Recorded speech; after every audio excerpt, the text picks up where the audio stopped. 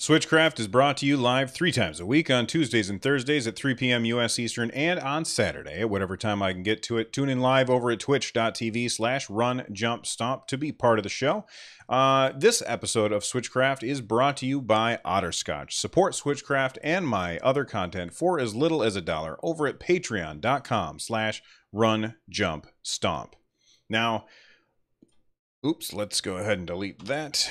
All right, now, just so everybody knows, this is it's not a live episode. My internet is like crap, and because I live in the US and we don't have net neutrality, the ISPs can do whatever the hell they want, and it won't be fixed right away, and I continually have these same problems all the time. This is not being recorded for the audio podcast. I'm just complaining while I'm doing the stuff where I usually just say, all right, now I name the show and all that stuff. So I'm just venting a little bit to my favorite YouTube people. Thank you guys for hanging out with me and listening to my nonsense. All right, so we'll call this NSC201. There we go. Time for a sponsor. Switchcraft episode 201 is brought to you by Audible. Get a free book and directly support the show by checking out Audible. They have thousands of books from every genre. I'm just finishing up Freedom by Daniel Suarez. Fantastic book. It's getting to the end and things are really the action's really starting to pick up. You're definitely going to find something you like over at Audible. If you want to get a free book and support the show right now, head on over to runjumpstomp.com/audible. There we go. That is done. And I recently picked up this video game. Oh, what in the heck is it? I'm gonna tell you guys right now. The Ultimate History. No, don't start playing. The Ultimate History of Video Games. I'm gonna be listening to that. That's my next book that I'm gonna listen to after I finish Freedom by Daniel Suarez, and I only have 2 hours and 26 minutes left. I don't know why I'm showing you that. 2 hours. Like, I could finish that this week on the bike. I'm excited. All right. Well, I named that the wrong thing. That's sponsor. No. Save. There we go. All right.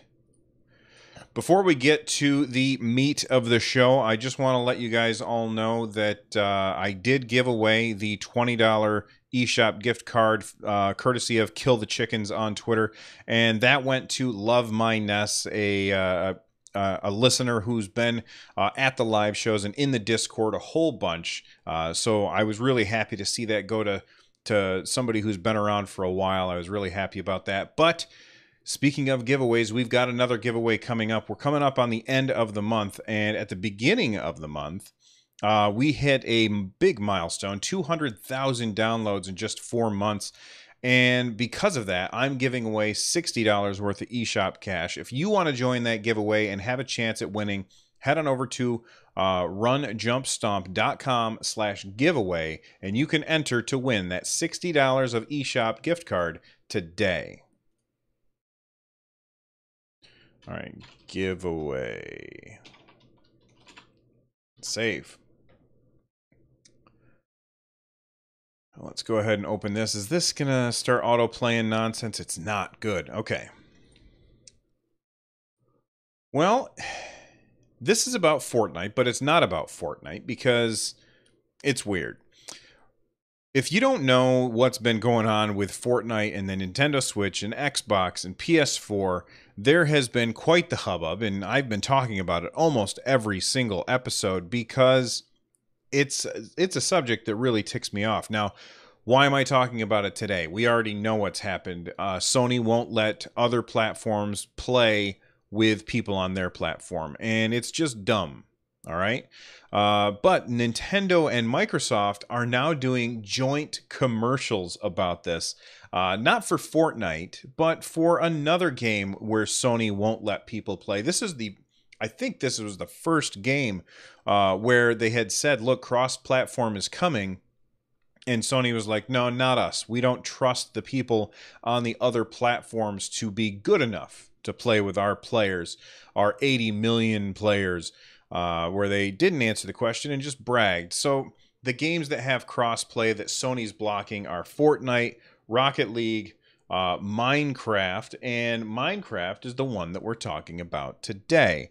Microsoft and Nintendo have put out a new commercial where it shows a girl playing on an Xbox One and a boy playing on his Nintendo Switch, and they are gaming together because there's a brand new version of Minecraft out on the Nintendo Switch store that has crossplay. Now, this is really strange because rather than update the Minecraft for Nintendo Switch, they actually now have two Minecrafts for Nintendo Switch.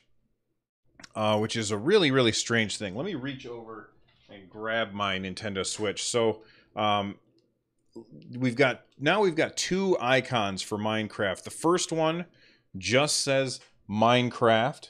You can see it right there if you're watching the video show. And then I'm going to scroll down to the other one, which is on, oh, here it is. I'm highlighting it now. And there it is. That one says Minecraft for Nintendo Switch. So now I have two versions of Minecraft on my Switch. Now, what has been said is that right now, if you already own the old version of Minecraft, there is a 100% discount for this new version of Minecraft on the Nintendo Switch. Basically, what happened is they have rewritten Minecraft using a new engine they call the Bedrock engine, and now it's the same engine across all platforms with the exception of the Java Minecraft, which kind of forked away from everything else quite a while ago. Most people who play Minecraft play on the Java version, and that's because that one has all of the mods and stuff. But this new version of Minecraft is using not Java, but it's using the same thing that is on your mobile phone if you're playing Minecraft on there, Xbox One if you're playing on there. It's all the same. And so from here on out, what I'm assuming that we will see is that we will continually get the same updates at the same time from Minecraft, and we'll be able to play together with anybody, no matter what device that they have, with the exception of Sony. So if you're playing Minecraft on your PS4, you're beat. You're not going to be able to play with other people. And hopefully the pressure from fans, the pressure from Microsoft and Nintendo, the pressure, I mean, hell, I've even seen this on Fox Business News. The pressure that Sony must be feeling right now must be pretty real, especially because their stock has taken a hit from all of this negative press. And I think that that is a very, very good thing. In fact, Nintendo and Xbox are even having a little fun on Twitter.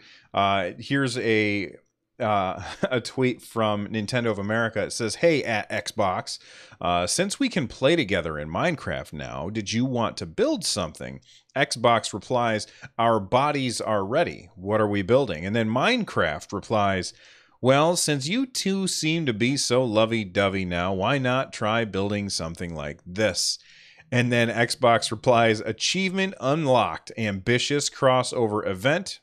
And Nintendo says, "Let the building begin." I love this. It shows a sense of humor that can only be shown by the people who are not in first place. Sony's in first place right now in the console wars, which, by the way, is a fantastic book about Sega and Nintendo. And it goes to show you how being in first place can turn around and bite you in the rear. Back when Nintendo was in first place, they made a lot of decisions that were probably not the best decisions for the long term. They were really good short-term decisions, but they weren't the best decisions for the long term. And that's what allowed Sega to grow so well. Not that Tom Kalinske didn't do a wonderful job leading Sega of America. Just the fact that Nintendo dropped the ball quite a few times because they were arrogant. They were in first place and they didn't have to worry about anybody else, it seemed. Sony seems to be doing the same exact thing that Nintendo did in the past and Sony did in the past. Remember how huge the PS2 was? Well, when the PS3 came out, Sony got really, really cocky, and they said, we're going to sell this thing for $600, and Xbox came in with Xbox 360 and just cleaned Sony's clock big time. They totally took them out. And then at the end of that generation, Xbox got really, really cocky, and they tried to sell us a thing that wasn't about video games. It was about something else. It was about everything else, and that's why they called it Xbox One. And it had DRM where you couldn't trade games very well, and they forced you to buy Kinect, and all of that stuff kind of led to the demise of the Xbox One, and it let the PS4 just run away from the pack. And again, we're running into the same thing where the console that is currently in the lead is getting cocky and being jerks, and hopefully they learn from it this time. But anyway, Minecraft, we've got a brand new version on the Nintendo Switch. You can play with anybody unless they're on a PS4, and I'm pretty excited. I like Minecraft. Do you? There we go. Whoops, I didn't mean to solo that track. We will name that... What will we name that? We will name that Minecraft, I guess. All right. If you guys have comments about that Minecraft stuff, make sure that you comment down below. Down below. All right. What do we got next? Ooh, this is cool. Let me open up these two links and make sure that they don't do... There we go. Okay, the no auto-playing nonsense. All right, let's record. Well, we've got a release date for Dragon Ball FighterZ. We've got the... let's see, back on the 18th, which was like 3 days ago, we found out that the Japanese release date of Dragon Ball FighterZ on the Nintendo Switch was going to be September 27th. The game was going to cost 6,800 yen. I posted about this at runjumpstomp.com. Excuse me, which if you're watching the YouTube version, you can see on the screen right now. So it looks like September 27th is the day that game is coming to the Nintendo Switch in Japan. My question was, when are we getting this in the US and Europe? And Bandai Namco tweeted out, let's see, 7 a.m. today. They tweeted out this morning, Dragon Ball FighterZ will make a Dragon Rush to your Nintendo Switch on September 28th. So, 1 day after, although because of the time zone, it'll probably be a worldwide release. I think that Japan's a day ahead of us. So, yeah, it looks like it's the same day. If you pre-order now, you get an early access to Goku SSGSS. I don't know what that means because I don't know anything about Dragon Ball. And Vegeta, which I assume is like that thing that you put, like that Australian thing that you put on your bread, and it's supposed to taste bad.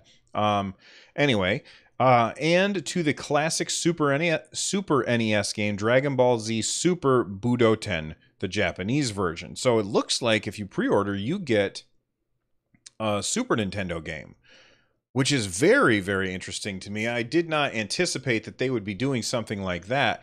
Now, I am not a big Dragon Ball guy. I've never watched an episode. I played one game once over at my buddy Brov's house, and like I played a little bit, and he was like super excited about it because he's a big Dragon Ball guy, but I didn't have any base of reference, so it didn't really appeal to me. However, everything that I've seen about this game looks fantastic, and it looks absolutely gorgeous. And I was watching a video on YouTube the other day, and I forgot to add it to the show notes, but it was basically a PS4 and Nintendo Switch comparison, because somebody who was at E3 got direct feed footage. It might have been Game Explained, but I don't think it was. It's not important who it was right now. I'm sure that if you Google it, you'll find it. But it was direct feed footage of the Nintendo Switch version of the game, and then they compare that to the PS4 version of the game, And for the most part, they looked the same. There were a couple of things like there was some swirly tornado stuff and it had a little bit less lightning on the Switch version, but for the most part, you wouldn't notice that when you're playing unless you were playing them side by side like they were in that video. So Dragon Ball FighterZ looks really good on the Nintendo Switch. They did say it looked a little bit lower resolution. I couldn't tell by looking at the picture, but I'm excited for this game. I think it looks like a lot of fun, and it's been a long time since a traditional fighter has gotten me excited for it. So Dragon Ball FighterZ looks really good, and it looks like we're going to be playing that on September 28th. So, in fall, we've got that to look forward to. There we go. We've got that out of the way. You guys on YouTube, let's see, Dragon Ball DBZ, I'll just call that. If you are big fans of Dragon Ball, why don't you tell me why down below? We'll fill in all that down below stuff. All right, here we go. Oh, no, don't play that. Close that. Okay, there we go. All right, next. Where's my button? Here we go. Now, we finally... No, I don't want to start that way. Stop. All right. Speaking of fighting games that I'm excited for, back when they first showed off the Nintendo Switch, I think shortly after they showed off the Nintendo Switch, they had like a little indie thing there. They were showing off games that were going to come to the Switch in that first year. In fact, I think it might have been part of the original presentation. And one of the games that they showed off was Pocket Rumble, which is this really cool fighting game that has a Smash Brothers style combat to it. Not where you're trying to knock somebody off the stage, but the fact that it's really just two buttons. So you've got your A button and your B button, and that's pretty much it. It doesn't have complicated input moves like Street Fighter, for example. Street Fighter, where you have to do quarter circle forward and a button, or Mortal Kombat, where it's back, forward, back, down, and a button. That kind of thing. It's really just push a direction and a button and be in the right place at the right time to execute your move. And it also has a really cool, how do I want to say this? A really cool style to it. Almost like somewhere between 8-bit and 16-bit. I think it looks great. And then we didn't hear anything. And they said, well, it's delayed. And they said it's delayed until, I believe it was summer.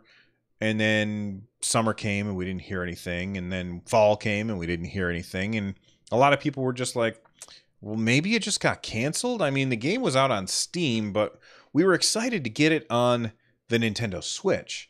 At least I was, because it's a simple game, and a simple game that could easily be played with a Joy-Con, because it doesn't have a lot of button input. So I could easily take a Joy-Con off, sit down next to somebody, and play this no matter where I am, because it doesn't have a lot of crazy inputs.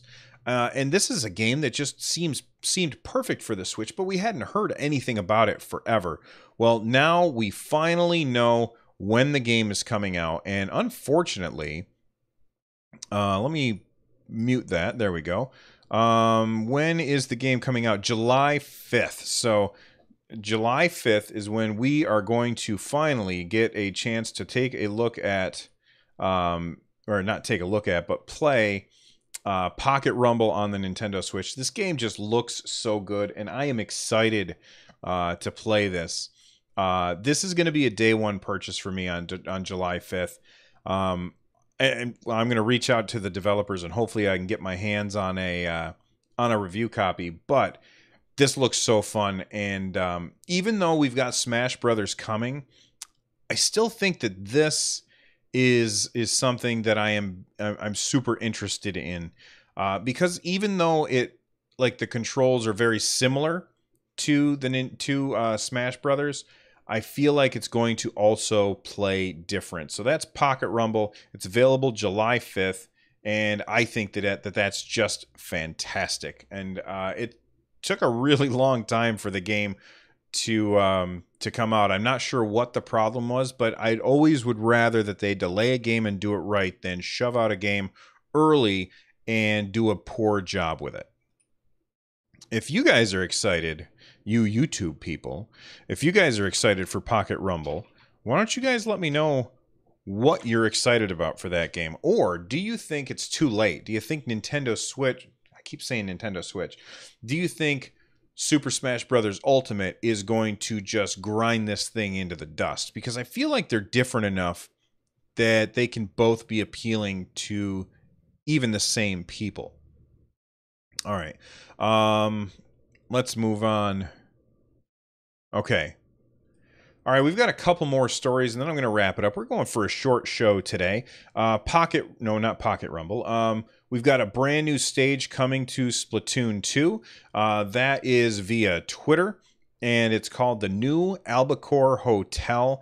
It's a brand new stage coming to Splatoon 2 on the Nintendo Switch. Looks really cool. I like that they just keep adding more and more stuff to the game. But there you go. Another thing that was on Twitter that's very interesting is Mr. Sakurai has written a column about Smash Ultimate's concept, and the Source Gaming team was translating it. So if you want to know more about what's going on there, I'm not going to sit here and read the whole thing. You can see it right here on the screen on the YouTube, or if you're just listening to the show, just go to twitter.com/allsourcegaming and you can find that there.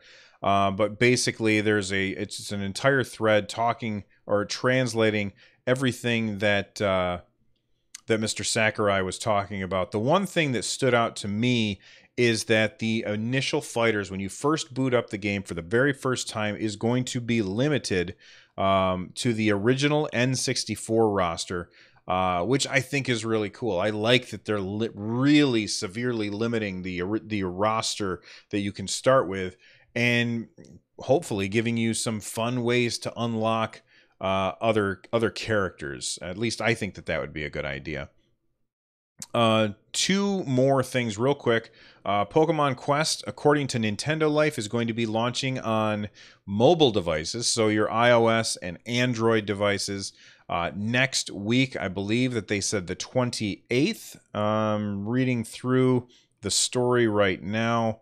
I can't find. Yes, there it is. 28th of June. Pokemon Quest will be launching. If you haven't played Pokemon Quest, it's a Pokemon game. Came to the Nintendo Switch. It's free. You kind of go out into the woods. You have a team of Pokemon. They fight against other Pokemon, and then you have to fight a boss to get materials to come back and cook those materials in order to entice Pokemon to come to your camp so that you can level them up. Overall, it was a pretty fun game, but I felt like it was a better mobile game than it was on the Nintendo Switch, so I lost interest in it pretty quickly, but not because it was poorly made. I just felt like I would rather play this on my phone, which is strange for me because I don't like playing games on my phone. And then the last story for today is we have Calling All Families.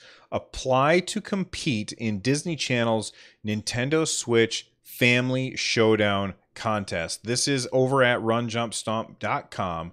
I got this from a press release from Nintendo, from the Nintendo press site. They say, are you a family that loves Nintendo and wants to show off your skills in various Nintendo games? If so, you can enter for a chance to win the Disney Channel Presents Nintendo Switch Family Showdown contests and be one of the families to complete in an epic Nintendo Switch Showdown. Family Showdown will be featured on Disney Channel and Disney XD and streamed on the Disney Now app this summer. This is basically going to be a half-an-hour commercial, and while I find that it's a brilliant marketing move, my guess is that this is going to be hot garbage to watch. I don't anticipate that this be very enjoyable to watch, but it is really, really smart marketing to make a competition show, kind of like Double Dare. If you are old like me, you remember Double Dare, where the kids would jump into the slime. I feel like it's going to be kind of like that, but featuring Nintendo Switch games and really brilliant marketing by Nintendo. And I expect we'll probably see more marketing like this in the future because the guy whose name is not on the top of my head right now, I can't. Fujibayashi? No, that's the guy in charge of Zelda. Fukushima, I think. Anyway, it's not important. The guy who is taken over for Kimishima, he is the guy who's currently in charge of marketing, basically, or at least he's a big part of the marketing department. So I can see us doing or seeing a lot more stuff like this from Nintendo in the future. I'm not interested in watching this at all, and I really don't expect to talk about it very much, but I want to let you guys know about it because you're all Super Nintendo fans. And wouldn't it be awesome if somebody who listened to Switchcraft got on there and maybe could come talk to me afterwards? Although you probably have to sign an NDA or something. Anyway, let's move on. All right, that's the lightning round. Save. All right, before we get out of here, I got an email from Ryan. The email says, "Thank you always, Bill. I wish I could inspire more demand from the gaming community for the champions of Breath of the Wild to be Smash Brothers playable characters, right? I think that that's a great idea. I would love to see Daruk and Rivali and the other two, whose names I can't remember. Mifa is the third one, and then... the lightning one. What's her name? I'm sure that you guys will let me know. Anyway, I would love to see those guys as playable characters in Smash. However, maybe only as echo characters. I don't want to make their job too hard to balance the game by adding all these other characters to the game. He goes on to say, "This is what made me want to send you two of my favorite video game commercials from back in the day. The first is a a commercial for the original 64 Smash. I reckon the line, 'Something's gone wrong in the happy-go-lucky world of Nintendo,' would make a fun bumper sound. With its comical punching noises and the classic hippy-dippy music in the background." And then they sent me a YouTube video of that. The second one, I don't know if you can use for the show, but it's still pretty rad. Definitely check it out. Have a great day and good luck with the school finals. I think it's awesome you're a teacher. It nurtures the calming and balanced presence of your voice as host of the show. Plus, teachers have to be the best communicators, right? Best wishes, best wishes, Ryan. Ugh, best communicators. I couldn't get through that word. Anyway. Thank you very much, Ryan, for sending those in. You are completely right about the happy-go-lucky world of Nintendo. I'm going to clip that out, and I'll even use it in this episode if you're listening to the audio version. The other one is one of my favorite commercials of all time. It is a Japanese Nintendo commercial where it's about Zelda, and I believe it was for the Zelda Super Nintendo. And it basically, there's this girl, she's dressed up as Link, and then there's another girl in a cage, and then there's Ganon in a pig form, and they are singing this really weird rappy style of song and dancing, almost like line dancing. It's a really strange commercial, and every time I see it, I'm just like, man, that is really cool. All right, we also got an email from Rock Roberge, which I am going to play right now for the YouTube people, and I'll edit it in for the audio podcast afterwards. All right, so let me open that up for you guys. I'm trying to open it. Here we go. Hi, Bill. Rock Roberge here. Before I get to my comment, I want to congratulate you on your 200th episode. I can't listen or watch live today, but I look forward to listening to the audio later on. I'm brand new to Fortnite, and I had literally never played before, and I'm disappointed to find that there's no tutorial or newbie training mode, not even an offline sandbox to practice in. I dropped into a couple of 50v50s, but then decided it's just not worth the time to try to learn without any guidance. Does anyone else feel the same way? I'm just curious. Thanks so much, and continued success to you, my friend.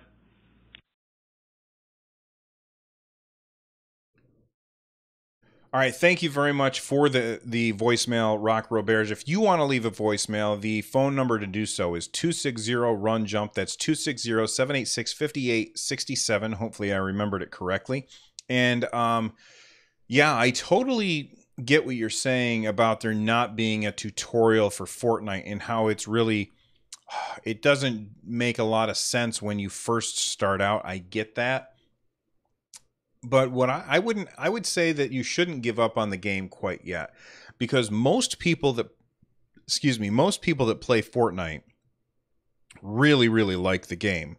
And the things that you need to get to make it easier, and you're certainly not the first person to say where's the tutorial for this game, but the things that you need to do in order to make the game a little bit easier, first off, when the battle bus happens, or starts off, and you get to pick where you're going to land, hit the minus button, look at the map, move your cursor over, and then hit the R button on your controller, and you'll put down a little pin. Okay, and then when you get close to that, you jump off the bus and fly towards that. And what I would recommend is you pick a place that is far away from everybody else. At first, this is going to mean that you see a lot less action. It'll give you more time to understand the way that the different guns fire. You can start building stuff. Even if you're not going to win, you can just go off by yourself in the middle of nowhere and try. And it kind of will work for a little bit, but then as the storm comes in and you start getting that circle that closes more and more and more, you're going to have to head in and, of course, get killed by somebody who plays the game all the time.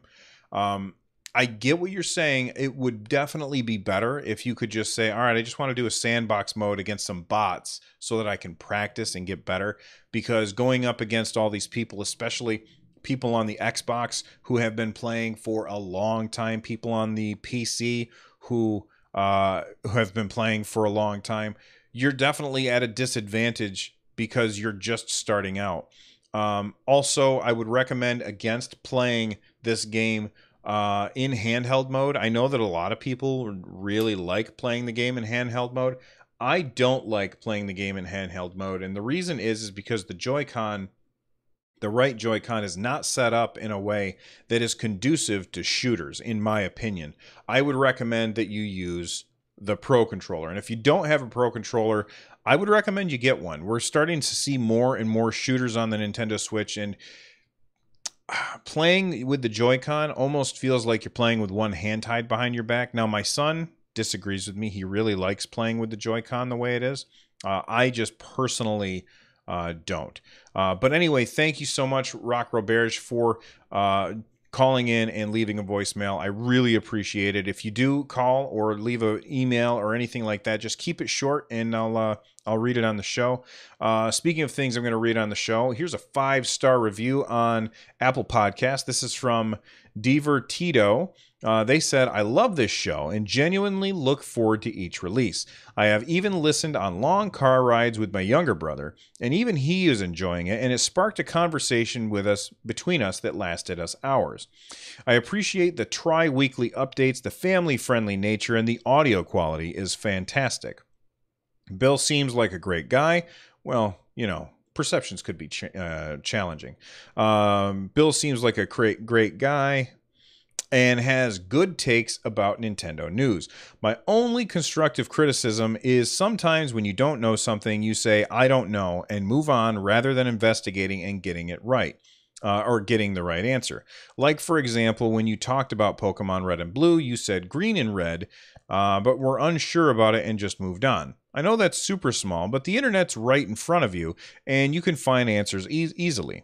That's all. Otherwise, this is a wonderful, very well-produced show. Keep up the great work, Bill. All right, Divertido, thank you so much for the review. It really does help. I am going to address your concern and explain why I don't stop and do that. Most of the time, I'm recording live, and watching somebody Google something is not entertaining. So that's the reason why I do that. Now, you listen to the show instead of watching the live show, so why don't I do that and then just edit that stuff out? time. It takes a lot of time to edit the show already. And if I had to go back and clip out the part where I was talking about something and, let me think for a second, and then realize that I didn't know something, I had to look it up or something, go back later and cut that out. That takes a lot of time to do. One of the reasons why the show is working the way that it is the first 10 episodes were heavily scripted. So the Nintendo Switch was announced. I made probably 10 episodes where I wrote my script ahead of time, and I basically just sat in front of my microphone and read it. Now, I am very good at reading a script and making it sound like it's something that I'm thinking of for the first time, but it was so much work that I found myself saying, well, I don't know what I want to say about this ahead of time, so I'm not going to write about it. So I didn't have anything to talk about this week, so I'm going to skip this week and go to the next week. And after 10 episodes, I basically said, yeah, I'm not going to do this show. And then I stopped. And then we waited a little bit, and I kind of I started playing the Nintendo Switch. It had finally come out, and I was like, man, I got to talk about this. I have so many things to say. But when I sit down to write, I just can't do it. So I told myself, you know what? I'm never going to write a script for the show. I will always do it off the cuff.